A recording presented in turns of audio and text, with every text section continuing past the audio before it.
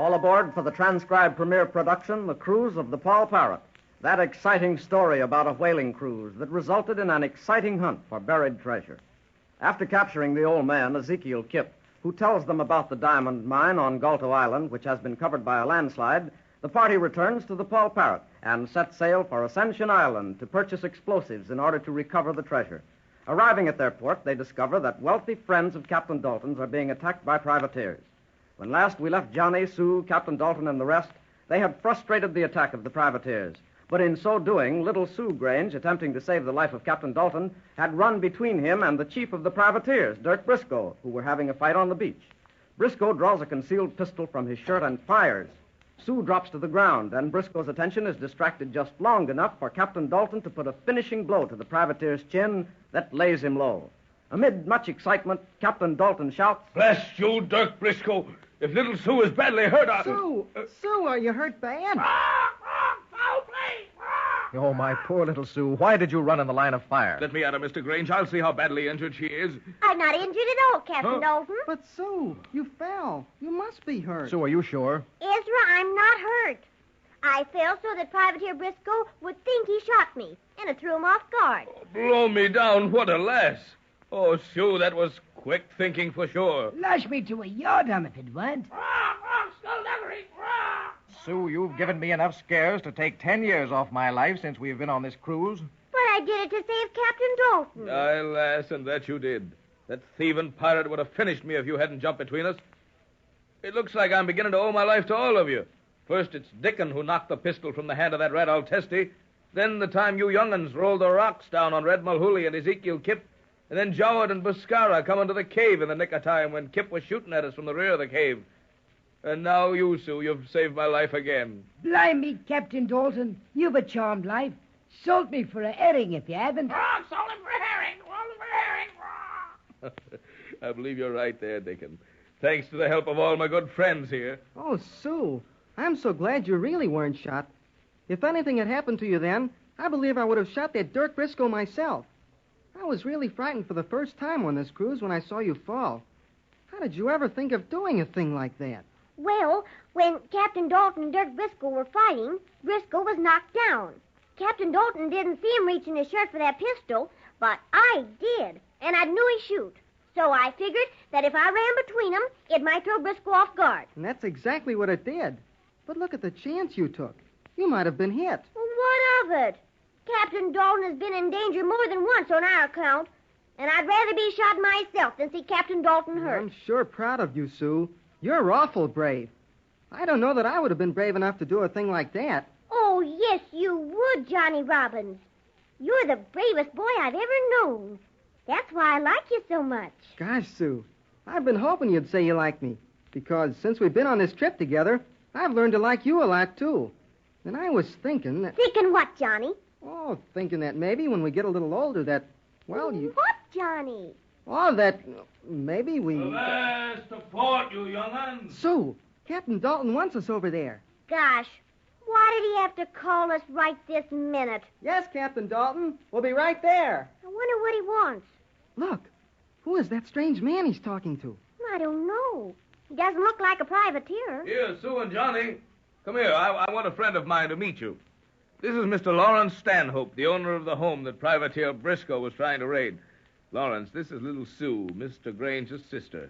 This is Johnny Robbins, my cabin boy, whom I've learned to care for as a brother since we've been on this voyage. Brave uns, both of them. How do you do, Mr. Stanhope? How do you do? I'm mighty proud to meet the both of you. Captain Dalton was just telling me how you saved his life a while ago, Miss Sue. That rascal Briscoe, you should have put him in irons, Roy. Where is he, Captain Dalton? Oh, I did as I promised him. 2 of his men carried him away to his boat, and they've set sail. We'll inform the island authorities of their deed. Wainwright's going to take care of that now. Oh, but you shouldn't have let them get away, Captain Dalton. I promised, lad. Rather than take a chance on some of our party being hurt and to save Mr. Stanhope's property, I promised. And in spite of the likes of Dirk Briscoe, I had to keep my promise to him. It's too conscientious you've always been, Roy, for your own good. Maybe, Lawrence Stanhope. Maybe. Captain, everything's been taken care of, Captain Dalton. Wainwright and his party saw the Briscoes murdering Krause at sail. But excuse me for saying it, sir. I think you did wrong in letting the lovers get away. Perhaps, Dickon, but it's the only thing I could do. But what about Wainwright and Mr. Grange? Well, they've stolen from the other side of the island to get the explosives, sir. Why are we staying here, Captain Dalton? Yes. Why didn't we all go to the other side of the island? As a precaution, that's all. Half of the crew's gone with Wainwright. They'll get the necessary explosives and inform the authorities about Briscoe. And we're staying here with the rest of the crew to see that Briscoe and his cutthroats don't come back this way. That's mighty white of you, Roy, old friend. I don't know how I'll ever be able to repay you for this. Oh, it's nothing, Lawrence. The sight of such a friend as you is payment enough. It's been years since I've seen you. You know, I've often wondered where your sails were set, Roy.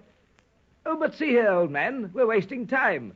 All of you must come to the house, as my family will be most happy to meet you, all of you. And it's happy we'll all be to meet them. Blow me down if we won't. Well, come along, then. Go ahead of us, Miss Sue and Johnny. We'll go right to the house. We've succeeded in putting out the fire in the stable those brigands started, and fortunately they didn't get the chance to fire the house. What are we going to do, Captain Dalton? Well, as Mr. Stanhope said, we'll all go to his house and stay there for a while. That is, you two young uns, Dickon and myself, until Mr. Grange and the crew get back with the explosives. The rest of the crew will remain on the lookout to see that Briscoe doesn't return.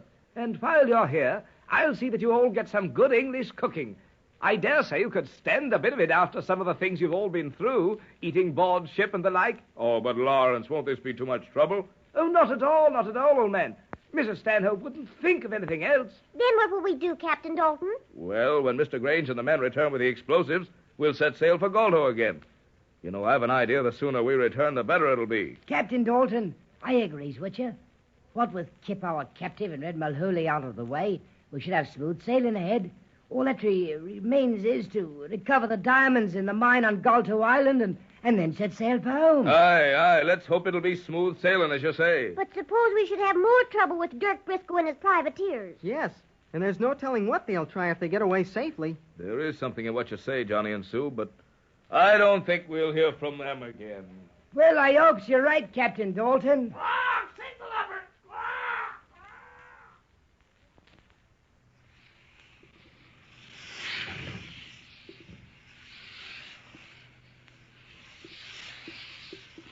Beach the dories, me men.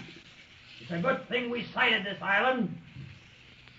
What with those British lubbers on our trail, we'll hide out here on this far side of whatever island this is, and maybe we'll be safe for a while. Beach, I say, and be fast about it. Step lively, you swab. It's lucky for you Captain Dalton kept his word to you, Briscoe. He had you down for fair. Silence, you dog of the sea. I'm a better man than Dalton, you may lay to that. It didn't seem so on the beach at Ascension. Drat you, Hollings. I should thrash you for that, even though you're army mate. And it's Captain Briscoe to you, remember that. Aye, but 'tis no honor to captain a privateer, it ain't. Why are you sailing as first mate on her, then? I was all the same as Shanghai, I was. This started out for copra, it did, and it turned out to be a privateer. And not a very good privateer at that. Hold your tongue, dog. Men, make the boats fast. That's it. Haul them in these bushes so no passing ship will sight them. I wonder what island this is we're on. What difference does it make, you lubber? It's an island. And that means a place to hide for the time being. Hold. What's that? Quiet, you lubber. There's someone making through the brush in back of us. Here he comes.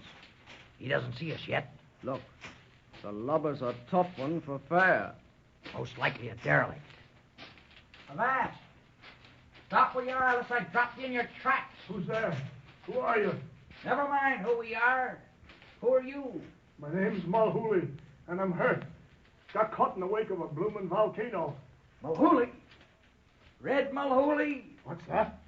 How do you know they calls me Red? Because I know you, Red Mahooley. That's why. But I don't know you. Who are you? Take a good look, Red Mahooley, and try to remember. Stayed in me rigging. Dirk Briscoe. Aye, Dirk Briscoe. The same Dirk Briscoe you knifed in the back many years ago at Singapore. Aye, Dirk Briscoe. But them was many years ago. It was your life or mine. Besides, I tell you, I'm hurt bad. You wouldn't take advantage of an injured man. Maybe. Maybe not. That remains to be seen. What are you doing on this bloomin' island? Listen, Briscoe, I'll make you a proposition. What kind of a proposition, dog? Listen, Let bygones be bygones, and I'll show you a fortune. Sounds interesting.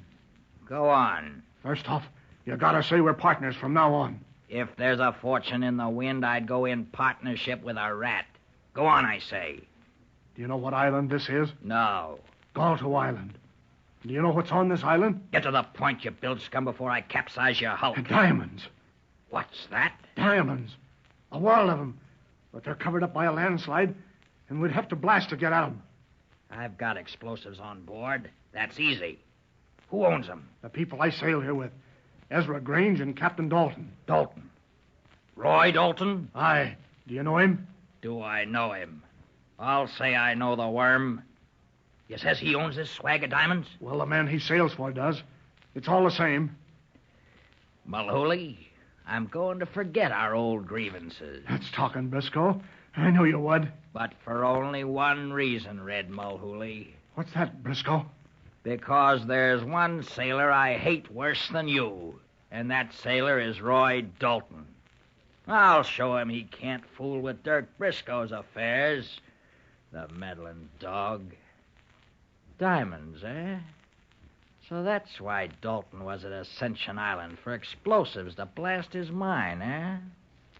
Well, when he gets back here, there won't be any diamond mine left to blast. And Dirk Briscoe will be a rich sailor. Diamonds, eh? So, Dirk Briscoe and Red Mahooley have teamed up to outdo Captain Dalton. Well, Mahooley wasn't killed after all when Kip's cabin burned and collapsed. Captain Dalton, Ezra Grange, Johnny and Sue, and the rest of our friends think they have easy sailing ahead. But what's going to happen when they return to Galto Island? Will Briscoe and Red Mahooley succeed in blasting the diamonds and getting away before they return? We'll just have to wait and find out when it's time to listen to the next exciting adventure in the cruise of the Poll Parrot. Your Poll Parrot announcer is Dave Ward saying goodbye for now.